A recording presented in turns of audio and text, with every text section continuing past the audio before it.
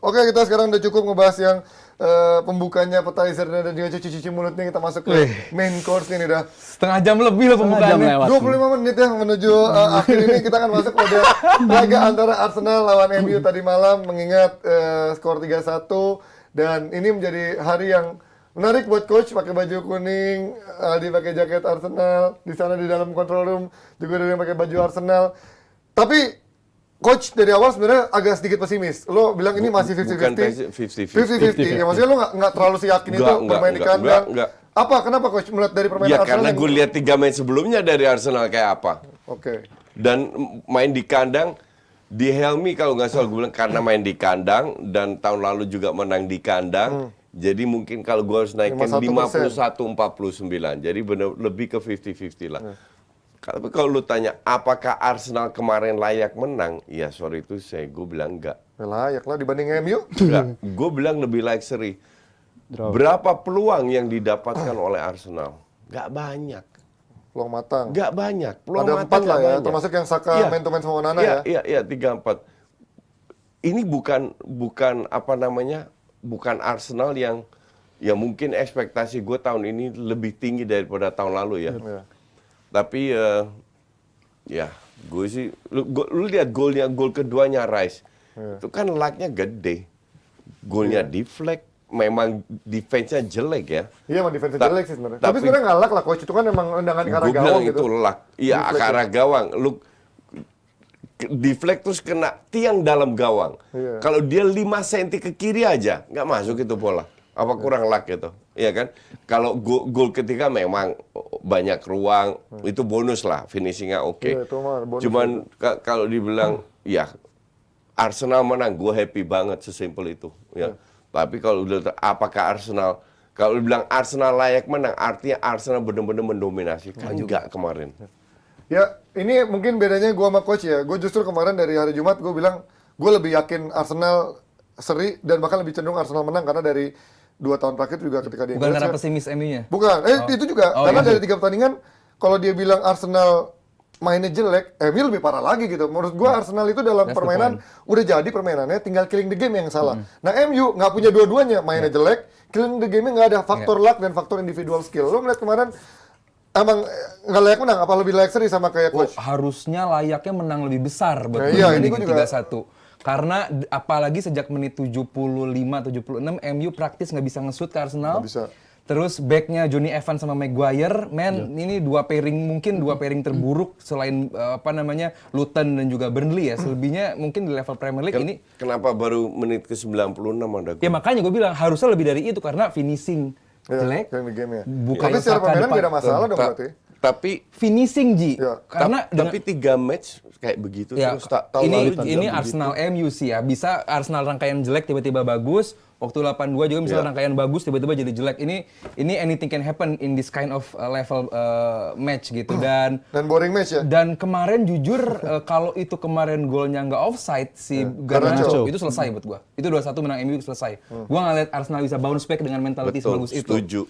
Dan gua rasa Arsenal layak menang justru bukan 3-1 mungkin 4-1 atau 5-1. Karena MU praktis jeleknya nggak cuma di tengah sejak Johnny Evans di back, tapi di tengah juga. Praktis yang bagus Casemiro, Eriksen. Dia benar-benar jadi jembatan dari lini belakang ke depan dan dia kecapeannya sekali. Dan dia benar-benar ngawal Odegaard sama Saka gila loh.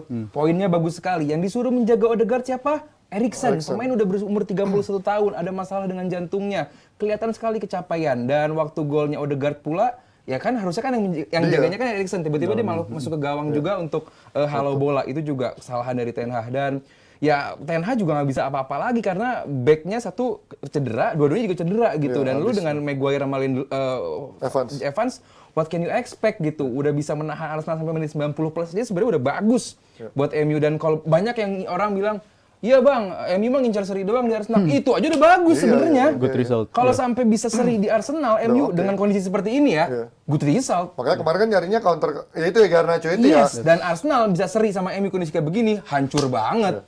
Gitu. Kemarin gue nggak setuju sama sekali. Karena gol ketiga itu tidak akan terjadi kalau skor itu seri. Gol ketiga itu jadi lu nggak boleh ngitung gol ketiga. Kalau Arsenal sehebat itu, they create banyak. Gue cuma lihat dua peluang.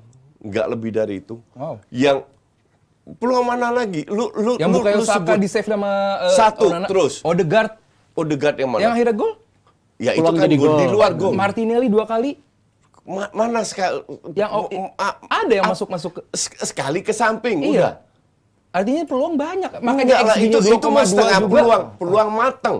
Lima. Yang benar-benar di save sama Tadi kiper. Yang di save sama kiper. Kagak Nggak ada. ada. Emang makanya- Itu syutingnya cuma Onana makanya doang. berarti finishingnya juga berantakan dong.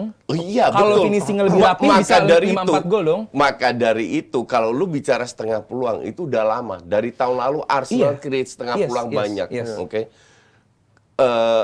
Kalau seandainya gol jatuh dari langit itu tidak terjadi di menit 96, itu nggak bakal terjadi. Kalau Garnacho cetak gol, beda sedikit. MU yang menang. Iya. Jadi nggak segampang itu Kak, kalau lu bilang harusnya 4-1. Dari mana 4-1? Iya karena kualitas lini pertahanan. Menurut lu Maguire sama Evans layak bisa seri? Gini, it's not about Maguire, Evans atau apa.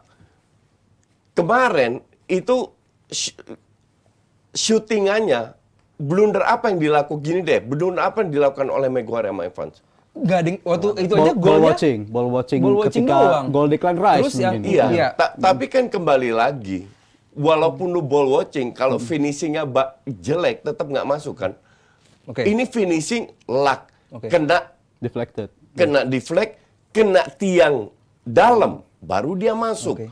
Bukan langsung ball watching, bukan langsung shoot sekaligus Yes. Itu benar. ke top, ngerti nggak? Iya. Jadi nggak usah terlalu, gue bilang berlebihan kalau dibilang. Sekarang gini, lu Arsenal punya like 2 back lawan Maguire sama Evans. Lu ajak lari kelar nggak? Lewat. Martinelli. Dilakukan nggak? Nggak dilakukan. Exactly. Makanya harusnya bisa dong dilakukan. Bisa. Kalau dilakukan Nggak. bisa mungkin gol banyak kan? Masalahnya nggak dilakukan. Yes, that's why kita bahas di sini harusnya bisa melakukan itu. Enggak, jangan bicara harusnya. The problem is sekarang yang kita bahas adalah layak menang nggak? Layak. Gue bilang nggak begitu. Kalau lu bilang layak, harusnya Arsenal dapat banyak peluang matang, bukan off target. Bener-bener matang. Nggak ada. Jadi permainan MU sekali sama doang. Arsenal sama-sama bagus, Enggak. sama-sama gitu. Arsenal cannot dominate. Arsenal justru sampai menit 75, gue setuju 75 MU lebih keteteran Iya. ya. They barely create big chances gitu loh. Ngerti nggak? Jadi Saat MU kerepotan 15 menit akhir, harusnya Arsenal bisa Nge-push. kacau-kacau. faktanya nggak bisa. Yes, makanya. Jadi jangan bilang kalau Arsenal layak menang 4-1. Nggak fair itu. Kalau Arsenal layak menang 4-1, Arsenal dapat 10 peluang. Baru lu bisa layak menang 4-1. Makanya gol ketiga itu bonus. Itu tidak akan terjadi kalau skor 1-1. MU nggak akan ambil risiko.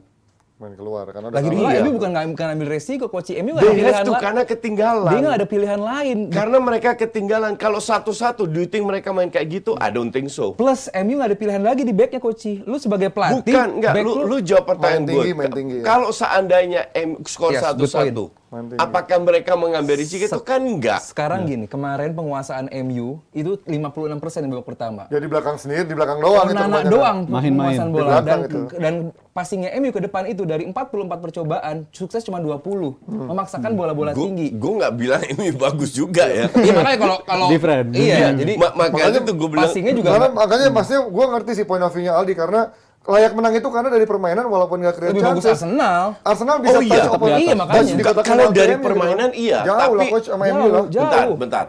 Dari permainan itu jelas, tapi udah bertahun-tahun. Lawan City pun Arsenal Iya. pegang bola, Bahas kalah yang- juga. Karena nih Bahas sekarang yang standar ini lo kan aja. udah dinaikin Enggak. dari tahun lalu kan sebenarnya.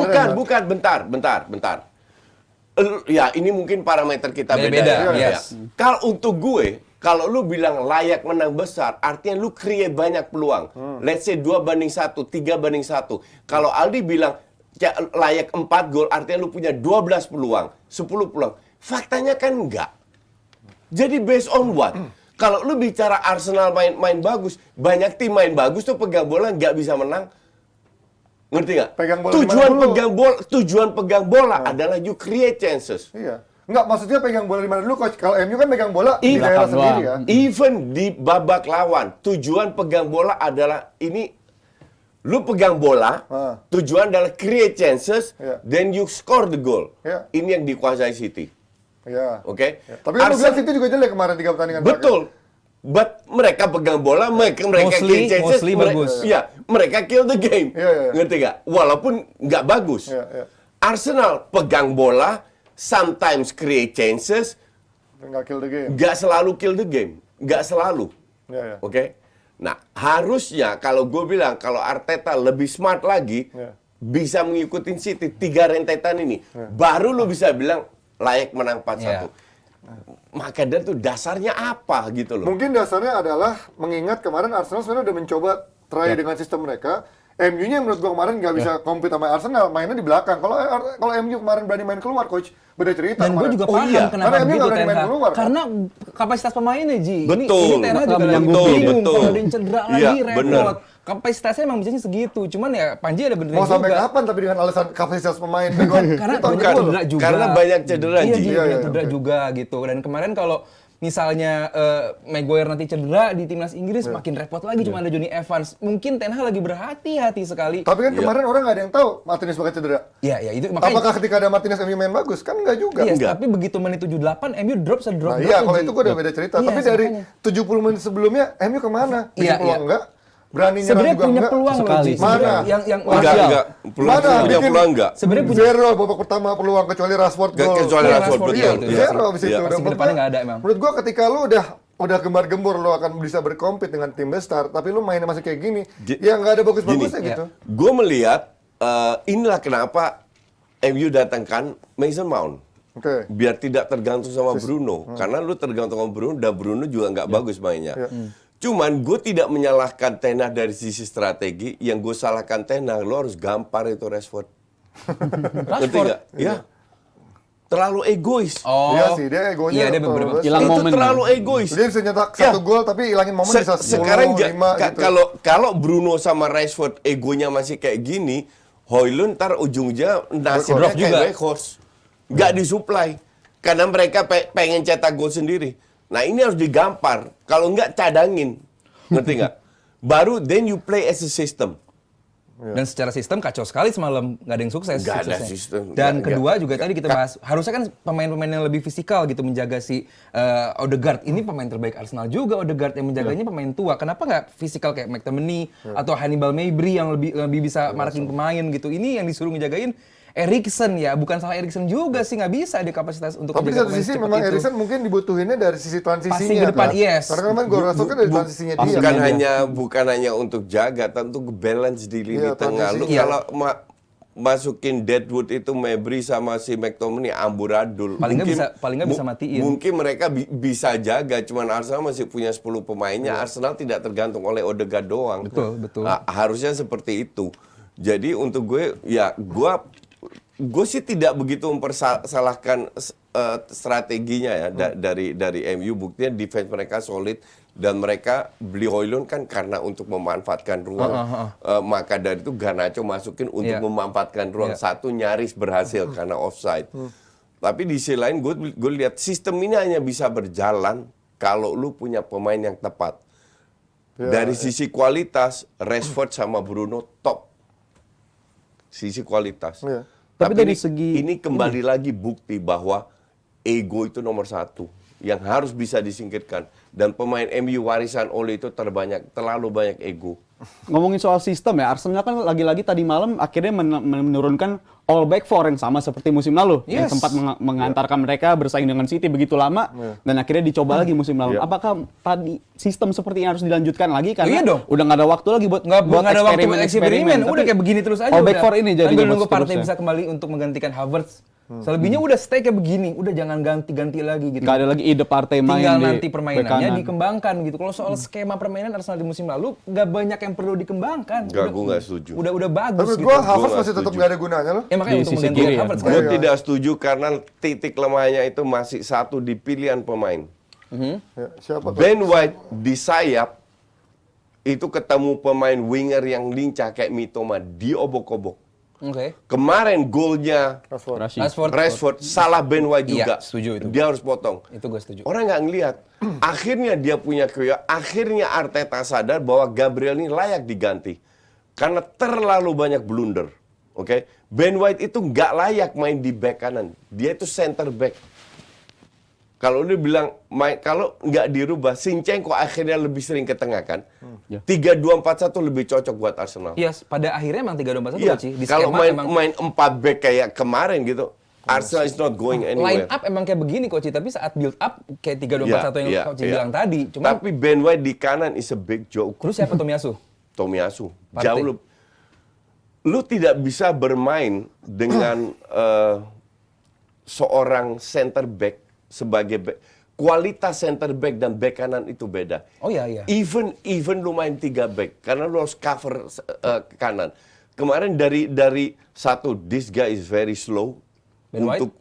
untuk back kanan. Kalau center back emang rata-rata slow ya. Untuk back kanan terlalu slow, maka dari itu dia telat motong itunya si Tomiyasu. Itu salah koordinasi sih. Ya. Enggak, itu kualitas Ben White kalau gue bilang. Emang dia itu mediocre banget. Nyerang juga sekali-sekali ngebantu. Visinya juga ya so-so biasanya. Gue jauh lebih prefer Tomiyasu daripada sebagai back kanan ya. Bukan. Ben White jauh lebih cocok sebagai center back. Karena kalau lu ketemu winger kecil dan itu tahun lalu berapa kali terbukti sama Mitoma, diobok-obok itu Ben White. Karena memang dia bukan back. Kalau gue nggak begitu mempermasalahkan Ben White atau Tomiyasu, dua-duanya buat gue it's okay asal jangan party lagi gitu loh. Di sisi kanan back. Di sisi kanan. Jangan party. Iya Gua gitu. setuju. Party Rice udah bakal menjadi menjadi pivot yang bagus. Tapi lu sebagai pelatih kan semua tim mengalami cedera. Iya. Lu harus lebih beradaptasi lagi seperti apa. Iya. Seperti lu taruh Nketiah bukan Havertz sebagai striker. Kalau gue bilang sih, gue sangat beda pendapat dengan Arteta. Gue tinggal bilang sebagai penonton fans layar kaca, lu buktikan bener nggak apa yang pemain yang lu pilih. sehebat apa Nketiah. Dan buat gue sih terlalu early kita untuk menilai Havertz Nketiah ini. is 4 years. No, I mean Havertz. Oh ya, agree. Terlalu early gitu. Dan dia sangat amat masih muda gitu loh, masih muda banget. Dan Havertz? Yes. Dia sama Saka tuh tuan Saka. Youngster. Masa sih? Iya, masih muda banget Havertz tuh. Jadi masih terlalu early banget, silakan cek. Dan dia bukan pemain yang udah berpengalaman gitu. Enggak, masih sangat muda pemain ini. Dan dia selama di Chelsea dimainkan di posisi yang bukan posisi naturalnya, dipaksa untuk bermain di tidak senyaman itu. Dan sekarang Arsenal sudah mencoba memainkan posisi dia waktu kayak di Leverkusen. Emang sekarang naturalnya. 24 di Havertz. Iya 24 sama kayak Saka 21. sama kayak Nketiah, maksud gua. Oke. Nketiah sama kayak itu. Saka masih muda banget lupa gua. Dan Nketiah mah Deadwood itu. Enggak lah, jangan Deadwood juga jelek Deadwood. Cuma dipanggil Dia jelek timnas, bukan tapi. Deadwood. Dipanggil timnas. Dipanggil timnas sama Yes. Southgate. Enggak, Ya, itu enggak. itu tololnya Enggak, gerbang itu selatan. Southgate, Calvin Phillips juga dipakai, kan? Deadwood Iya, banget sih enggak. Calvin Phillips juga Itu dipakai. Deadwood, itu Deadwood baru. Maguire aja juga dipakai. Gimana lo Itu mau kalau di bawah Deadwood apa tuh? Itu. Cuman ya buat gua enggak lah, Havertz masih terlalu early, dia masih adaptasi dengan tim Arsenal. Cuman kualitasnya dan kepercayaan dirinya ini yang gue takut kalau terlalu dapat tekanan kanan kiri, kepercayaan dirinya juga drop. Cuman layak sih kemarin tendangan depan gawang nggak kena itu ya player ya ada harinya ada nggak. Lucu Enggak, cuma dia mah sering kayak begitu. Kayak lagi balet ya. Nah, Tapi gue setuju, nggak bisa maka dari itu gue bilang kasih dia lebih kesempatan di depan gawang gitu loh, bukan di belakangnya. tapi gue yakin Havertz nggak akan kemana-mana. Jadi striker pun, kalau ketika Arsenal beli striker ya kelar nih orang, nggak akan dapat posisi. Nomor betul. 8 juga Nah, gua justru nggak akan dia bisa dibeli dapet. karena dia bisa di beberapa posisi. Versatile. Iya kan? Jadi Iya.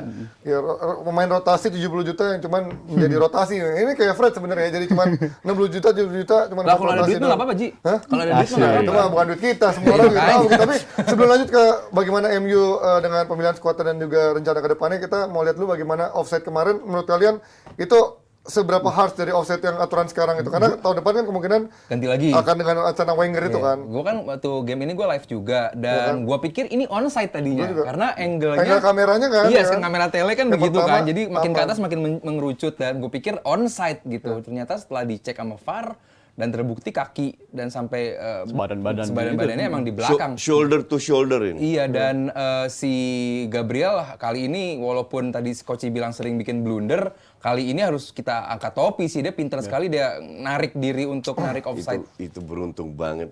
Berapa senti itu? Split second. Yes, gitu, dan cara dia benar-benar narik badan Oh iya, itu buat betul, gua betul. itu brilian Because defending he has banget. no choice. Has no choice. Bisa aja kalau back ala kadarnya itu ikut lari. Iya, Itu iya. ikut lari gitu, dan mungkin Gabriel bosan di jelek-jelekin terus sama Berarti Poci. kalian nggak setuju sama kata-kata Ten Hag ini ya? Dia ngomong apa tadi? Ini nih. Apa sih? Semuanya disalahin Gol juga. Garnacho bukan offside, Ten Hoylund Hag harusnya is a penalti. big joke. Emang dia Akhirnya lebih keluar kaki. dia lebih paham daripada VAR. Kan lucu gitu loh. Tapi lu kadang-kadang ngata-ngatain masih Inggris sama VAR juga coach kadang-kadang. Hoylund Enggak. kalau dapat penalti buat gue 50-50 Bukan. ya. VAR itu kamera. Iya, VAR tahu. itu menunjukkan yang gue katakan pada saat kayak penalti atau enggak. Personel Tapi wasit. kalau offside kan udah nggak bisa Aturan, didiskusikan. aturan. Itu udah aturan baku. Terus ada pelatih yang bilang, oh ya dari benchnya yang emang sudutnya bagus dia bisa lihat. Kan kocak Ten Hag ini kadang. Semuanya salah kata Nggak, Ten Hag ini. Bukan, Ten Hag ini dalam under pressure luar biasa. Yes. Belum Itu poin gue juga tadi. belum statement yang dikeluarkan Sancho, Greenwood. Yes. Oh, Sancho. Dan soal Evan sama Maguire juga dibilang Ya, bahwa Enggak, itu bukan. Itu bukan. Itu Deepfake jadi ya, sebenarnya deepfake. ngomongin offside itu cuman Deepfake di duplicate wow, di-fakein. segitu Untuk banget. Cuman ngomongin itu soal benar Maguire tadi. Evans. Gua selama ini sangat suka sama Ten Hag, cuman dia kelihatan banget lagi under Dia pressure. kelihatan ini bukan Ten Hag yang Yes. Ya, lu tahu bahkan di Belanda yang dia selalu dipuji-puji itu disikat lo kemarin dengan statement ini. Lu kelihatan banget. Lu nggak punya alasan untuk bilang Ya. MU lebih bagus. Iya. Ngerti nggak? Seri, gue bisa terima. Arsenal unggul dikit oke. Ini benar-benar kita Detail. harusnya Evans. Yang dilakukan Evans itu bukan kalau pelanggaran kecil definitely bukan penalti. Ngerti nggak? Sama Hoylund mungkin agak lebih 50-50, berat tapi iya. kita juga melihat pelanggaran yang lebih ringan diberikan penalti atau lebih berat nggak diberikan penalti. Jadi untuk gue Dan sih lucu. Lucu gitu. banget